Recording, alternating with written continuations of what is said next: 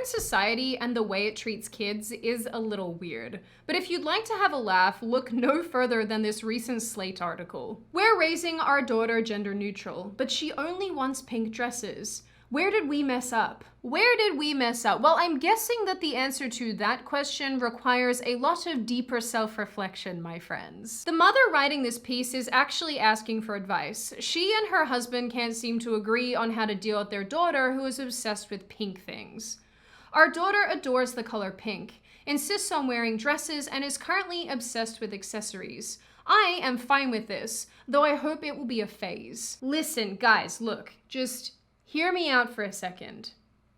Parenting licenses. The mother goes on to say that her husband is unhappy that she's encouraging her child's obsession, and both parents are worried that if they try to stop their daughter's interest in the things she likes, she'll only become more obsessed. Good God, who let these people breed? What's so corrosive about this gender-neutral child thing is that it completely discredits and dismisses a child's natural interests. And while I don't think that little girl should always be in pink or little boy should always be in blue, if a child shows a natural inclination towards those things that are stereotypically associated with their sex, why is that a phase or something nefarious that child should outgrow? What's more interesting still is that had this child been a boy who was expressing interest in dresses and pink and girly things, his parents wouldn't view it as a phase at all, but rather an indication that their child is either gay or transgender. So really, what is even the point of raising your child gender neutral at all if parents will view a stereotypical interest as wrong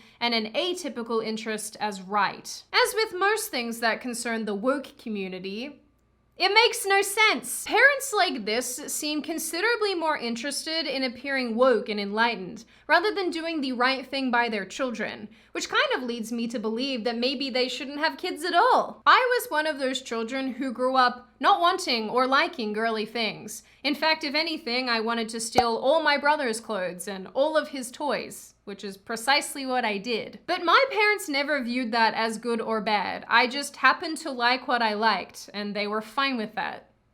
Thank you, Mom and Dad. The fact is, the way that we are forcing gender and gender ideology onto children these days is not helping anyone. And asking if you are messing up because your child naturally likes something and shows a natural inclination towards things is beyond unhelpful. And getting mad that they like something that is traditionally associated with their sex is even more bizarre. Try this one on for size. Let these kids be kids. And stop trying to shove a natural interest down their throat just so that you can appear woke. Parents have an enormous responsibility to do the right thing by their children. And forcing gender theory onto children, especially before they can walk or talk or do anything useful, is incredibly corrosive to that child. And any parent who is angry or upset because their child is showing interest in things traditionally associated with their child's sex should honestly be ashamed.